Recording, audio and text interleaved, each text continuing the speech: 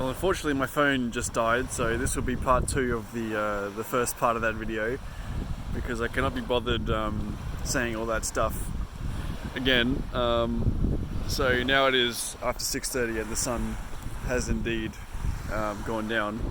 But as I was saying, after visiting that second beach and continuing back up north, there was mostly rolling hills and endless scrub, and it was hot, but thankfully not too hot. So I was able to get by with just a few liters of water, and I stopped in a really tiny town for lunch, and there was only one little kind of I guess you'd call it a restaurant, but it wasn't really a little place where they had, it was a chai house really, and I got some bread and some snacks. I was able to fill up and have some lunch there while all the locals around me played cards and kind of shot sideways looks at me, not really sure what I was doing there. Yeah, that whole western side of the peninsula was kind of a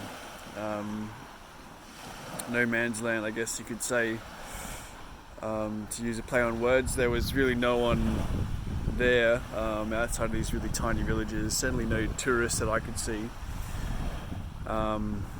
And yeah, just in general, there hasn't been any bike tours. I haven't seen any in quite a while now. There was only a couple in Greece, but yeah, they kind of stopped somewhere around Croatia. I think that was where most of the bike travellers that I saw stopped really coming, and it's only been small numbers here and there since then. And yeah, I can't really recall seeing any others here in Istanbul, but sorry, in Turkey, but I could be wrong. Of course there was Mika at the start, but I haven't seen him. He's actually in Istanbul now. And crazily enough, I found out a couple of days ago that he's actually only 18. So he's done a large chunk of the same trip as me.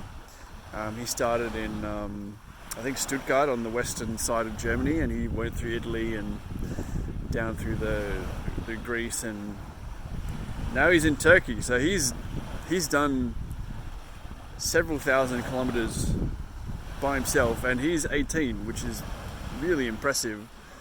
And it makes me feel, you know, what I'm doing is not so crazy actually. If an 18-year-old can do it, but of course it's not good to compare.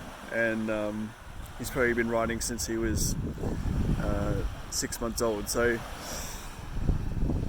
pretty cool actually to find that out. But anyway, I might see him in Istanbul. But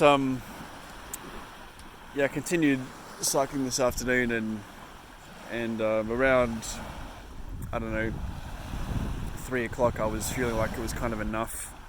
I wildcamped the last couple of nights, and especially after that night of sleeping in the park, I just wanted somewhere a bit more comfortable to stay. So I found this campsite here on the beach. Got some Wi-Fi, a shower, and to wash my clothes, so I should be all good to cruise the rest of the way into Istanbul, which I should hopefully be there, I think 3 days from now. So yeah, that's a big deal. It's a big deal. So that's the end of the trip, and I'm kind of trying to stretch it out as much as I can, I feel, but it's got to come to an end sooner rather than later. So it's a bit of a bittersweet feeling, I guess. I rode past a street sign on the highway today, and it said 250 kilometers to Istanbul, which it's pretty close. You know, I could really do that in 2 days if I wanted to, but I won't. So yeah, it's been a long trip. It's been a long trip, and yeah, hopefully I'll be there in a few days, and then to decide what to do with the rest of my life. So that's it for now. Thanks for listening to this long 2-part video.